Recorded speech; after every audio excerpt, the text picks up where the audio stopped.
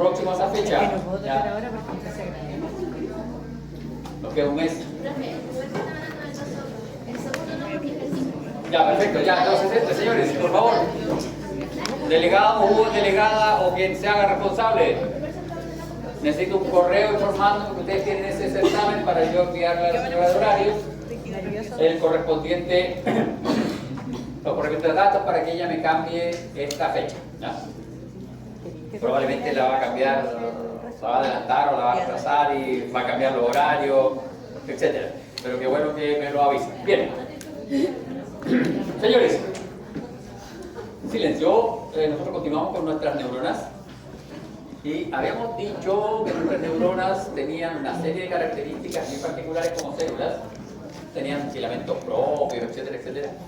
Y luego habíamos comenzado a caracterizarlas de acuerdo a su forma, al número de prolongaciones que presentaban, y esto es de acuerdo al número de prolongaciones. Ya habíamos dicho que podían ser bipolares, unipolares, que la verdad no existe la unipolar, existe la pseudo-unipolar, porque a corta distancia del soma esto se transforma en dos prolongaciones. La multipolar, que tiene muchas prolongaciones.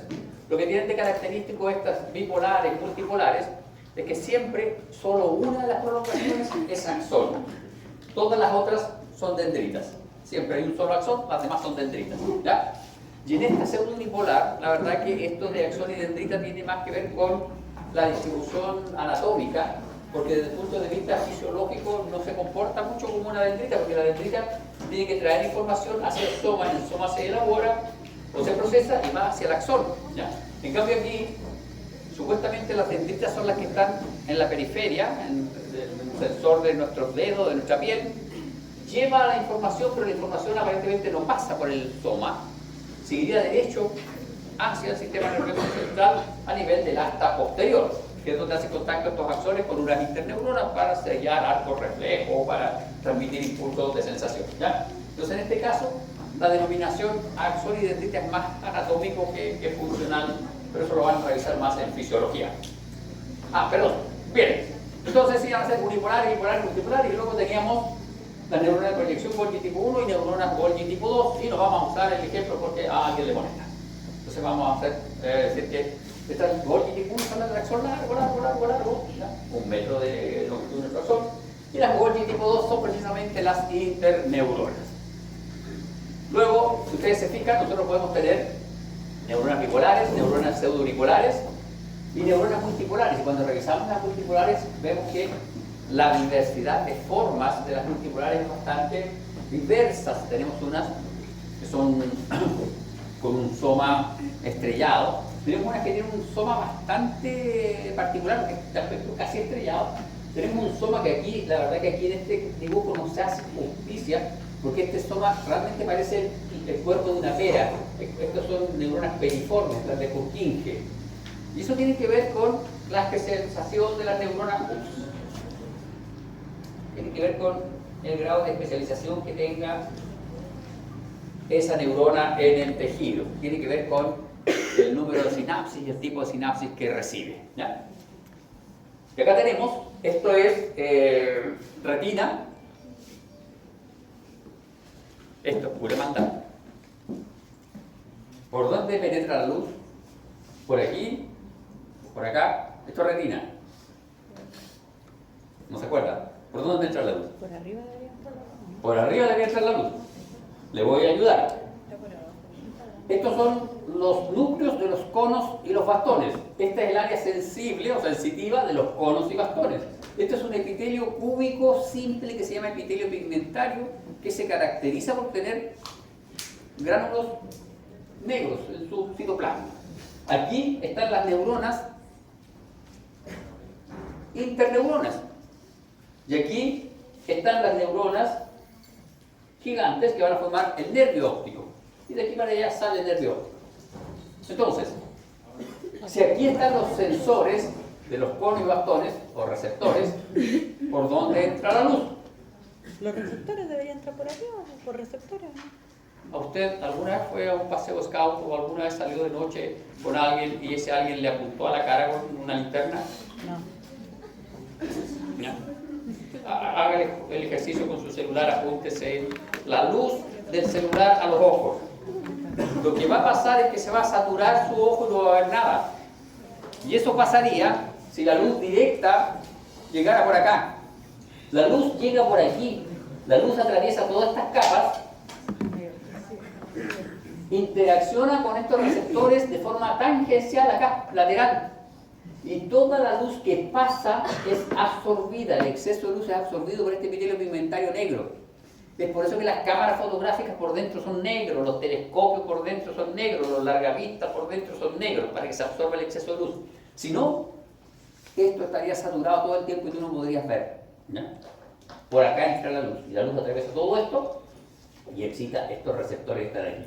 Y el exceso de luz, para que no se refleje y no produzca visión doble, se reabsorbe por esto. Y es por eso que cuando uno tiene un desprendimiento de retina, primero no ve bien, ve todo fuera de foco y ve como destellos de luz, porque los receptores están tomando luz de distintas zonas, ¿ya? Ese epitelio, ustedes cuando revisamos epitelio, nunca lo mencionamos este epitelio, pero el epitelio cúbico simple es súper importante. Si falla ese epitelio, uno ve todo borroso, ve todo doble o no ve nada, ve una luz amarilla intensa, nada más, ¿ya? Entonces, un epitelio cúbico simple, con gránulos negritos, súper importante para la visión. Entonces, aquí están nuestras neuronas y vean ustedes lo que hacen estas neuronas, integran. Tienen sus dendritas en varios conos y bastones y llevan esa información a las neuronas amacrinas que van a formar la imagen, las neuronas sensitivas que van a formar la imagen. Entonces, aquí se produce toda una suerte de integración de los estímulos visuales de los conos y bastones y se va formando la imagen. Para que lo entendamos, píxel a píxel se va formando nuestra imagen, ¿ya? Bien, neuronas motoras, ¿se fijan? Tenemos una neurona motora típica con su corpúsculo de Nissen, motora del asta ventral de la médula espinal, tiene inervación motora, es voluntaria, y esta es una neurona motora, pero es de tipo autónomo, y lo que está inervando es músculo liso de un vaso sanguíneo. Oiga, usted que viene a comer aquí. Oye, si eso es músculo liso de un vaso sanguíneo, ¿es unitario o multiunitario? ¿Este vaso sanguíneo? ¿Podría ser músculo unitario? Sí, sí, muy bien. Sí. Y acá tenemos las neuronas sensitivas. Las neuronas sensitivas son las neuronas bipolares que trabajan en la retina y las pseudounipolares de la retina. Bueno, las pseudounipolares del ganglio raquídeo. Bien, y acá tenemos, fijan ustedes, estas son neuronas pseudounipolares. Sus somas son redonditos, eso de ahí es el núcleo y eso de ahí es el nucleolo. Y por fuera, estas neuronas, que son neuronas que están fuera del sistema nervioso central, están en los ganglios raquídeos. Si ustedes miran con cuidado, estas neuronas están rodeadas de unas células de aspecto aplanado, acúbico bajo, que son las células satélites que están rodeando el soma de las neuronas. Esas neuronas siempre están protegidas. Cualquier neurona que ustedes encuentren en el sistema nervioso periférico va a estar protegido, tanto su soma como su axón, ¿ya? Acá tenemos neuronas motoras, están en el asta ventral de la médula espinal, las interneuronas están aquí, y aquí llegan las vías axónicas de las neuronas pseudounipolares que son sensitivas. Y acá tenemos nuestra neurona motora vista con... Ayúdenme. Esto, ¿qué visión sería? ¿Qué tinción? Se ven todas las prolongaciones, se ve todo el soma como con rayita. No, se ve todo el citoplasma, se ve todas las prolongaciones, axones, dendritas, se ve todo. Tinción argéntica, plata, neurofilamentos. Y acá, azul de turidina, porque estoy viendo los corpúsculos de Nissen, ¿ya? Y en ambos casos vemos un soma neuronal estrellado, grande, con un núcleo grande, eucromatínico, nucleolo evidente.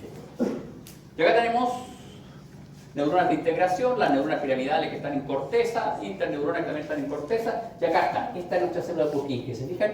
Este cartoon hace más justicia a la forma de esta neurona. Esta neurona es bien particular porque tiene polarizado, se parece a una bipolar, pero lo que pasa es que esta tiene un árbol dendrítico muy profuso, muy grande, y está polarizado hacia un borde de la célula y hacia el otro extremo de la célula, hacia el otro polo de la célula, se proyecta el axón. ¿Ya? Y acá tenemos la localización. Neurona de Purkinje, esto es cerebelo, esto es corteza cerebelosa, esto es sustancia gris, esto es sustancia blanca. Tinción. Argéntica era. ¿Ah? Era lo que estábamos diciendo que era tinción argéntica. Ah, argéntica, esta también es tinción argéntica. Y aquí están los somas de nuestra neurona de Purkinje y ese es el árbol dendrítico. Hacia acá sale el axón, este es el árbol dendrítico.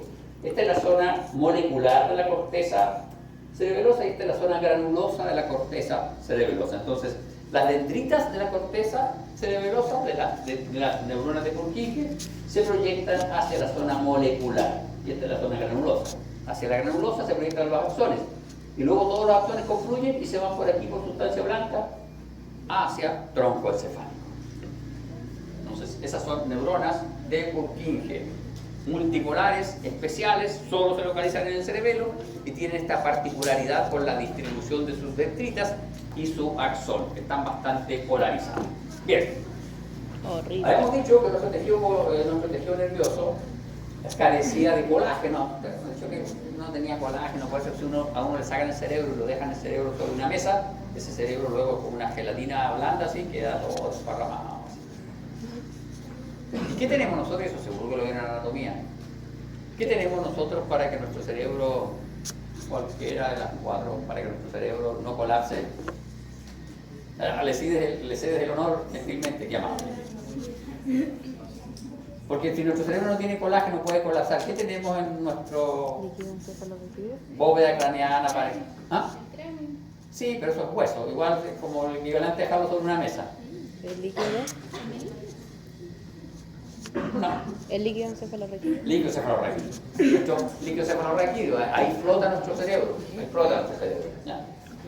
Decir que el líquido cefalorraquídeo sirva a que flote el cerebro es una simplificación absoluta de todas las funciones del líquido cefalorraquídeo, que quede claro. ¿Ya? Para decir, el profe de histología dijo que servía solo para que flote. No. Es lo menor que hace el líquido cefalorraquídeo. Bien.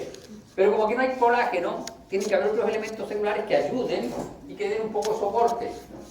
Y la verdad es que hay otros elementos celulares que son las células gliales. Ya las hemos mencionado. Están los astrocitos, los oligodendrocitos y la microglía. 3 células gliales. Además de esas 3, hay que sumar una célula glial que es el ependimocito. El ependimocito no está aquí en el parénquima cerebral porque el ependimocito está recubriendo las cavidades de los ventrículos. Entonces no está en el parénquima. Él está tapizando internamente todos los ventrículos. El cerebro es una masa y tiene cavidades adentro, esos son los ventrículos. ¿Cuántos ventrículos tenemos? 4. 4. Dos laterales, un tercero y el cuarto ventrículo. Entonces, todas esas cavidades están revestidas internamente, tapizadas por ependimocitos. Los ependimocitos se entiende que en general son un epitelio cúbico ciliado. En general, porque hay determinadas zonas del encéfalo en donde esos ependimocitos están modificados y en algunos casos pueden formar estructuras pseudo estratificadas, como es el caso de algunos órganos circunventriculares, o en algunos casos pueden tener microvellosidades, como es el caso de los coroidocitos o ependimocitos, como es el caso de los ependimocitos que van a formar los plexos coroideos. Los ependimocitos que forman los plexos coroideos son epitelio cúbico, pero no está ciliado, tienen microvellosidades. ¿Ya? Bien. ¿Qué hace la neuroglía o glía? Escrito no. Ayuda a la neurona en su funcionamiento, sirve de soporte, sirve para también regular el metabolismo de elementos del líquido cefalorraquídeo, porque todo este intersticio, toda esta neurópila está bañada de líquido cefalorraquídeo. El mismo líquido cefalorraquídeo que está en los ventrículos está aquí. Desde el punto de vista de la fisiología no es el mismo porque hay un montón de factores que están en el ventrículo y aquí puede que estén más concentrados o puede que estén disminuidos en su concentración. Eso lo van a ver en fisiología. Pero en términos macro es el mismo líquido, ¿verdad?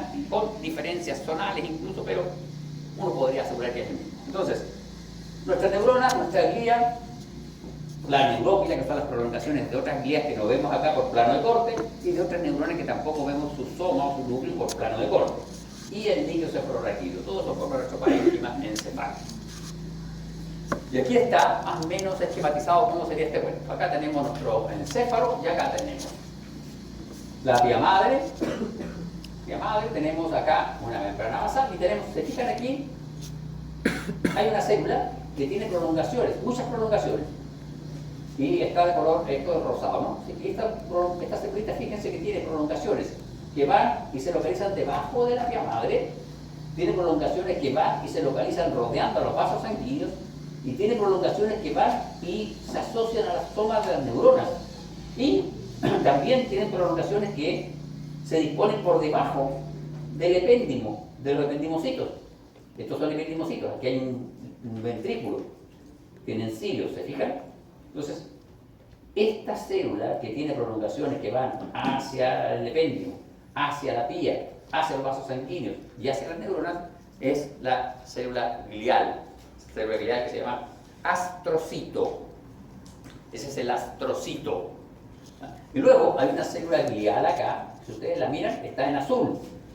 Está en azul. Y esta célula glial, oiga, bueno, pero sí, es para saber si ya, o cualquiera de mi grupo, le doy un punto en su test de salida. Este cartoon está bueno, ¿no? Ese cartoon de ahí está bueno, es del libro, es del Ross. La octava edición, el Ross cuesta 120 lucas. La versión de tapa dura. 120 lucas. Un libro de un autor norteamericano. Qué Buen gringo, libro. entonces está malo. Y está buena esa foto, ¿no? Tendría que estar mala. Ah. Si le está preguntando es porque está Si no está preguntando, tendría que estar mala. Ustedes me siguieron en el cuento, ¿no? Que les dije, las neuronas tienen múltiples prolongaciones, pero solo una es axón. Las vainas ¿Y qué hace la vaina mielina aquí entre prolongaciones? Además están milenizadas, los axones están milenizados acá dentro del sistema nervioso central, no están milenizados todo esto dentro del sistema nervioso central, pero bueno, entonces ahí tenemos un problemita con estas. Pero independiente de ese pequeño detalle, estas celulitas son los que forman la vaina mielina. Lo que pasa es que aquí quisieron demostrar que estas celulitas también protegen el soma de la neurona, pero no con mielina, sino que se apoyan así, igual que el astrocito, se apoyan un poquito acá. ¿Ya? Y estos son los oligodendrocitos, porque hay dos tipos de oligodendrocitos y también hay dos tipos de astrocitos. ¿Ya? Y luego, se fijan, aquí hay unas células aplanadas, de un aspecto aplanado, que tienen unas prolongaciones bastante distintas, y esta es la microglía. Entonces, esas son las células que nosotros tenemos que revisar. Un detalle interesante, vean que los astrocitos también tienen prolongaciones que van hacia los vasos sanguíneos. Eso es súper interesante, esto de los astrocitos en los vasos sanguíneos. Y de hecho es una característica. Se utiliza esta característica de los astrocitos rodeando el vaso sanguíneo para poder marcar o diagnosticar vasos sanguíneos en el tejido neuronal. Bien. Entonces, la neuroglía o glía son células de sostén que por lo general superan en cantidad a las neuronas. Y eso es cierto, uno tiene mucho más astrocitos y oligodendrocitos que neuronas. Y eso es porque la neurona es súper especializada, entonces hay una serie de funciones metabólicas que la neurona las tiene un poco empobrecidas y son precisamente los astrocitos la que la ayudan. ¿Ya? Comprende las células que se encuentran entre las neuronas del sistema nervioso central, el epéndimo, que recubre las cavidades del encéfalo, de la médula espinal, glía periférica, células de Schwann. Astrocitos, si ustedes se fijan, hay dos astrocitos, un astrocito protoplasmático y un astrocito fibroso. Oligodendrocito, aquí hay uno solo dibujado, pero aquí habría que poner dos rayitas, es decir, astrocito satélite y astrocito interfascicular. Luego, el ependimocito, si ustedes miran acá, el ependimocito aquí está dibujado así, pero este no es el ependimocito clásico. Este ependimocito que está en este cartoon está reflejando un dibujo que corresponde a los tanicitos. Los tanicitos son ependimocitos especiales que se localizan en el receso infundibular del tercer ventrículo. están recubriendo internamente la zona de la eminencia media. Esa zona es súper especial porque la zona de la eminencia media corresponde a una zona del encéfalo en donde los vasos sanguíneos no tienen barrera hematoencefálica. En todas las demás zonas, o en casi todas las demás zonas, los vasos sanguíneos tienen barrera hematoencefálica. En esa zona no tienen barrera hematoencefálica. En los órganos circunventriculares, en donde yo les mencioné que habían algunos ependimocitos distintos también, ahí también los vasos sanguíneos suelen tener alteraciones en la barrera hematoencefálica. Entonces este ependimocito en realidad está ejemplificando un tanicito. El ependimocito es así, cuadradito, y no tiene microvellosidad, sino que tiene cilias. Los tanicitos son más complejos. Algunos tienen cilias, otros tienen microvellosidad. Los vamos a mencionar más con tanicitos. No nos vamos a meter mucho en la característica de morfología del tejido. Y finalmente nuestra microglía. Ya dijimos al inicio de la clase, la microglía es un invitado, lo invitan tempranamente cuando se está formando el tubo neural. La microglía no es de origen neural, todas estas otras células son de origen neural. La microglía no, la microglía es mesodérmica. Bien, y acá tenemos, vamos a revisar nuestros astrocitos. El astrocito es una célula que tiene un núcleo eucromatínico, ovoideo, tamaño medio, y en algunos casos puede presentar uno o dos nucleolos, pero lo más común es que uno vea solo el núcleo ovoideo. ¿Ya? Como suele presentar en algunos casos nucleolos, uno lo puede confundir con una neurona pequeña, ¿ya? Pero la verdad que es un poco más pequeño el núcleo que el de las neuronas pequeñas. Su principal característica es que tiene gran cantidad de prolongaciones, de ahí su nombre, astrocito, es un astro, un fol. Tiene muchas prolongaciones. Estas prolongaciones, por ejemplo, hacen contacto con la vía madre y forman lo que se conoce como glía limitante. Estas prolongaciones también hacen contacto con los vasos sanguíneos y se denominan pedicelos o pies vasculares, esas prolongaciones que hacen contacto con los vasos sanguíneos. Y hay muchas otras prolongaciones de los astrocitos que hacen contacto con el soma de la neurona y en particular hacen contacto con la zona de las espinas dendríticas. ¿Se acuerdan del colegio, espinas dendríticas? Una dendrita, de nuevo, volvemos al mismo cuento de las microvellosidades. Si ustedes piensan que yo tengo una neurona, acá tengo mi neurona, y esta neurona tiene que recibir múltiples estímulos de muchas otras neuronas. Pues si tengo esas 5 patitas nomás, no recibe mucho estímulo esta pobre. Entonces, ¿cómo amplifico yo? Bien fácil. Le hago yemitas.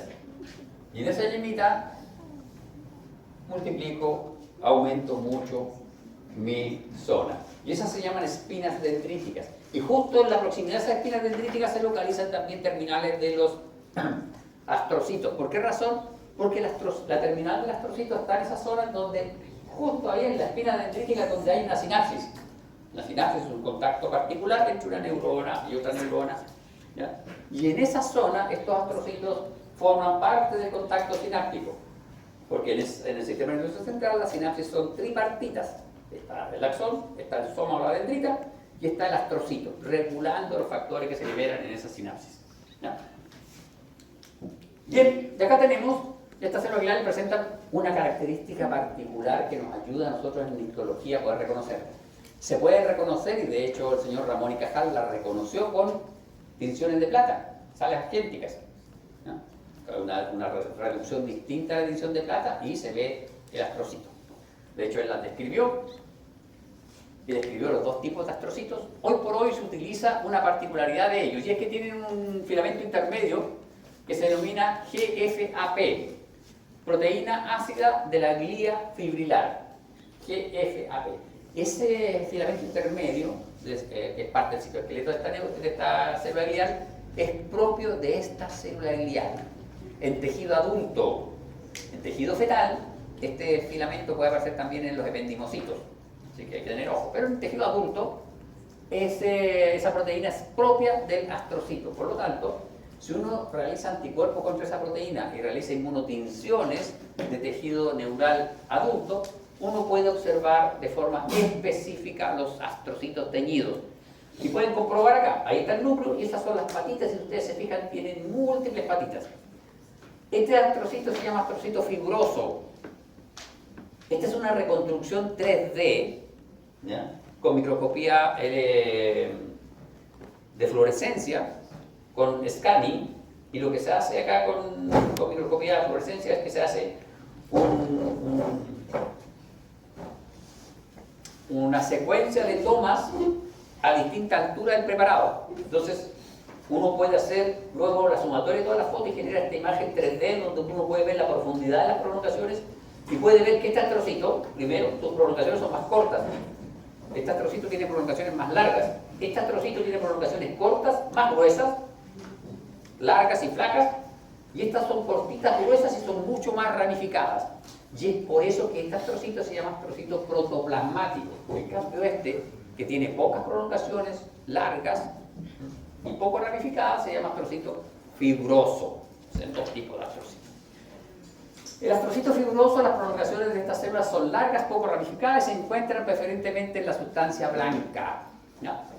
En cambio, el astrocito protoplasmático son células estrelladas con núcleos grandes, claros, presentan abundantes prolongaciones cortas, muy ramificadas, y las prolongaciones de estos son las que están en la glía madre, están en el epéndimo, están en la sinapsis. ¿Por qué? Porque él se localiza preferentemente en sustancia gris. Ojo con eso. Preferentemente, porque luego me ponen que solo el cartílago hialino tiene pericondrio. No, señor. Solo el cartílago hialino tiene colágeno de tipo 2. No, señor, no dijimos eso. Dijimos que el colágeno de tipo 2 era muy abundante en el cartílago hialino, no que era el único cartílago que tenía colágeno de tipo 2. Y aquí, por favor, preferentemente, eso quiere decir que este astrocito fibroso también lo puedo encontrar en sustancia gris. Es menos abundante solamente, ¿ya? Entonces habría dos tipos de astrocitos. Y acá tenemos el astrocito protoplasmático, este de aquí.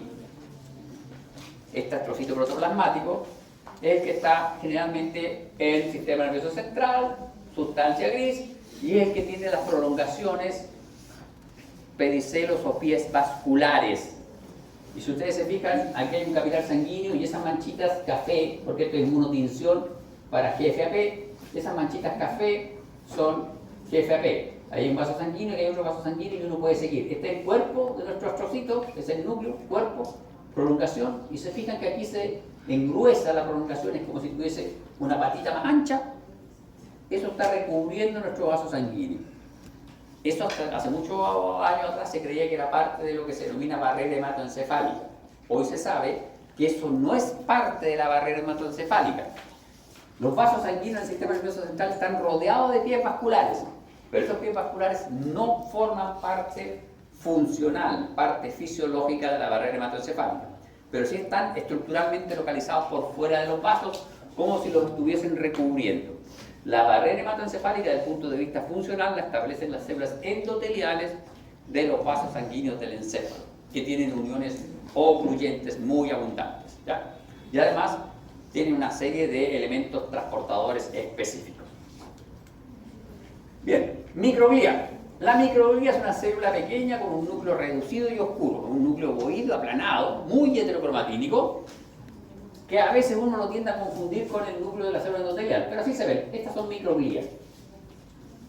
La célula microglía es de origen mesodérmico, ya lo hemos dicho, y en caso de daño o de injuria al tejido neural, la microglía se activa, y cuando la microglía se activa, se transforma en una célula con capacidad de movimiento ameboideo, aumenta su citoplasma, y el núcleo se hace ovoideo y eucromatínico, ¿no? Y adquiere gran cantidad de lisosomas en su citoplasma, por lo tanto empieza a tener características eosinofílicas su citoplasma, se hace más acidófilo, más eosinófilo. ¿Por qué? Porque la microglía es el macrófago del sistema nervioso central, ¿ya? Pero solo se activa cuando hay un daño o una injuria del tejido neural, no está activo todo el tiempo. Se parece al fibroblasto, ¿se acuerdan? Oiga, dije se parece, pero se parece igual al fibroblasto, es igual, sufre los mismos cambios, la misma metamorfosis o no. No, ¿cuál es la diferencia? Porque el fibroblasto, yo me acuerdo, se hacía más gordito, el núcleo se hacía un cromatínico, aumentaba su citoplasma. ¿Cuál es la diferencia? Es que, por lo que dijo, esta se hace como un núcleo más ovoideo. En cambio, la fibroblasto era el núcleo más. Igual era ovoide y el cromatínico. ¿Sí? ¿Y cuál es la diferencia? No sintetiza colágeno. ¿El fibroblasto qué va a hacer? Sintetiza Va a sintetizar colágeno como loco, ¿cierto? Mm. Y va a sintetizar colágeno, tiene que tener un red grande, por lo tanto ese citoplasma se hace un poco basófilo. Este no, este sintetiza lisosomas y tiene gránulos, entonces aumentan gránulos eosinófilos de su citoplasma. ¿Ya?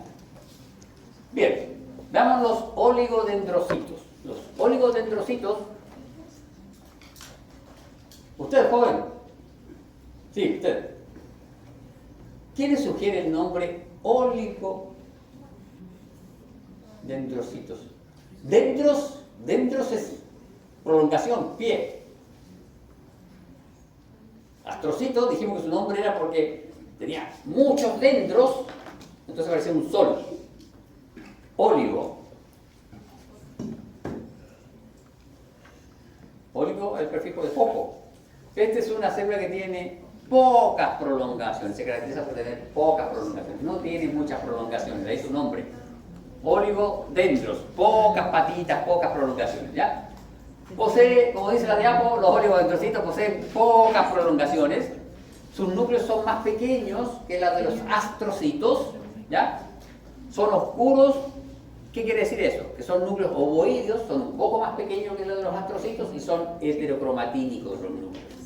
El oligodendrocito tiene núcleos heterocromatínicos. Tenemos dos tipos de oligodendrocito. El oligodendrocito satélite, que es el que se encuentra adosado al cuerpo de las células nerviosas en la sustancia gris, por eso yo les dije que ese cartoon estaba un poco malo, que habían oligodendrocitos en el cuerpo de la neurona, pero no estaban formando vaina de mielina propiamente tal. Y oligodendrocitos interfasciculares. Estos se localizan en el límite de sustancia gris, sustancia blanca, y son muy abundantes de sustancia blanca, y son los que forman las vainas de mielina. De nuevo, el soma de la neurona, el axón de la neurona nunca está solo. Las neuronas son muy especializadas, entonces tienen que tener todos estos resguardos. Entonces, este está en el soma de la neurona asociado a dendritas, a axón de la neurona, y este está asociado en particular al axón y está en el límite de sustancia gris, sustancia blanca y preferentemente de sustancia blanca, ¿no? Si ustedes se fijan acá, vean ese núcleo, vean ese núcleo, vean ese núcleo. Esos dos núcleos versus este núcleo. Ese núcleo de aquí, ovoideo, ovoideo, ovoideo. Pero es un poquito más gordo, más grande. Y este es más pequeño, pero es más heterocromatínico, más eucromatínico. Astrocito, oligodendrocito. Y este núcleo de aquí,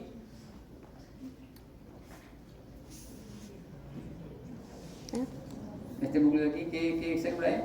Eso es una neurona. Una neurona, perfecto, porque al lado tiene sus cuerpos de Nice. Y si tiene tantos cuerpos de Nice, lo más probable es que sea una neurona motora. ¿Ah? Me estaba tapando. Bien.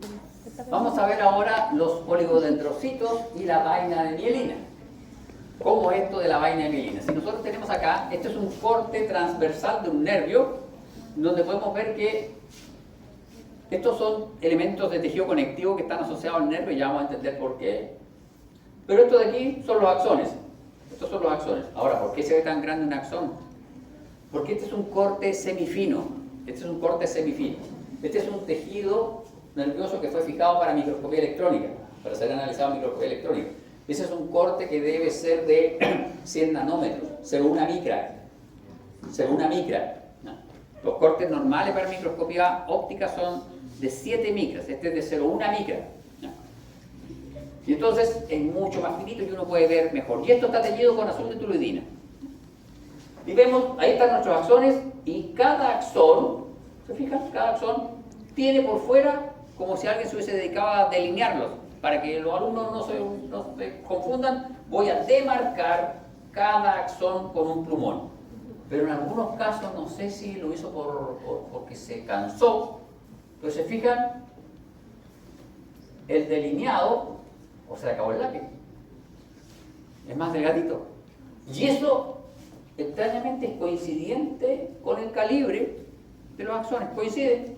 Calibre del axón, poco delineado. Entonces, algo hay aquí. Algo hay aquí. Parece que todos los axones no tienen la misma cantidad de mielina. Y hay algunos axones que andan por aquí que no tienen mielina. Entonces, primera cosa, no todos los axones tienen mielina. Hay axones amielínicos. 2, no todos los axones tienen el mismo calibre. El calibre y el diámetro del axón está asociado a la velocidad de conducción de los axones. Y hay axones rápidos, hay axones de conducción media y hay axones lentos. Los axones lentos son los amielínicos. Los de conducción media son los que tienen un diámetro medio y tienen no mucha mielina. Y los rápidos son los de diámetro grande con mucha mielina. ¿Por qué no tienen mielina? Están en el sistema nervioso periférico y están asociados a las ramas sensitivas, sistema nervioso autónomo sensitivo. Entonces su respuesta no requiere tanta velocidad. Ya vamos a ver cuál es la función de la mielina. Bueno, lo adelantamos. La función de la, porque aquí tenemos la otra foto. La función de la mielina es doble. 1, da un recubrimiento al axón para darle mayor calibre, para darle mayor soporte. Pero además, si ustedes se cuestionan de dónde sale esta mielina, ¿quién hizo esta mielina? Ah, esta mielina la hizo una célula. La hizo el oligodendrocito. Perfecto. Pero el oligodendrocito la hizo el sistema nervioso central. El sistema nervioso periférico, la mielina la hace otra célula, que se llama la célula de Schwann. ¿Ya? Schwanncito para los amigos. La célula de Schwann. Pensemos, esta célula de Schwann es de 20 micras, 30 micras. Y un axón mielínico motor dijimos que medía 1 metro. Entonces aquí hay un problema. Tienen que ser muchas células para cubrir este metro. Y si ustedes se fijan acá, se ve más o menos homogéneo. Pero cuando lo vemos esto mismo cortado en el plano longitudinal, nos damos cuenta que hay zonas en donde no hay mielina. Aquí está la mielina, aquí está la mielina, y aquí hay zonas donde no está la mielina. Esas zonas donde no está la mielina se llaman nodos de Rambier. Entonces, un axón es así y tiene mielina como tamborcitos. La mielina son verdaderos tamborcitos. Nodos de Rambier. Entonces, la mielina da soporte a nuestro axón, y lo otro que hace la mielina, que es un poco parecido a lo que hacía los tubos T. ¿Se acuerdan? Los tubos T que tenían un problema con la depolarización de la membrana de la célula muscular. Que si la célula muscular era de este diámetro, se depolarizaba acá por fuera, pero no llegaba la depolarización hacia adentro. Pasa lo mismo con el axón. Este se depolariza aquí en el soma. La señal de depolarización tiene que llegar aquí al axón para que se libere el neurotransmisor, la acetilcolina, para mover nuestros dedos. Si se tuviese que depolarizar la membrana durante el metro de longitud, sería más lento. Entonces lo que hace la mielina es dejar bloqueado aquí, y toda esa membrana no se puede utilizar. Toda esa membrana no se puede utilizar porque no se depolariza. Entonces el estímulo tiene que ir saltando. Y con eso, en 3 saltos, llega más rápido que si va a pasito corto. ¿Ya? Y efectivamente, el grosor de la mielina está asociado con estos elementos. Cada uno de estos elementos se llama internodo, porque este hoyito de aquí, donde no hay mielina, se llama nodo de Rambier. Entonces, lo que queda entre 2 nodos es un internodo. Entonces, los internodos gorditos como estos son internodos largos. Los internodos delgaditos son internodos más cortos. Entonces, si yo tengo internodos largos, aquí puedo poner 2 internodos y lo hago en 2 saltos. Si mis internodos son más cortitos, lo hago en 5 saltos. Por lo tanto, si lo hago en 2, tengo 200 veces más rápido que si lo hago en 5 saltos. ¿Ya? Entonces, esa es la idea de la mielina. Me han pedido 5 minutos. ¿Quién iba a hablar? ¿Alguien iba a decir algo? Páselo, pase acá adelante para que la vean.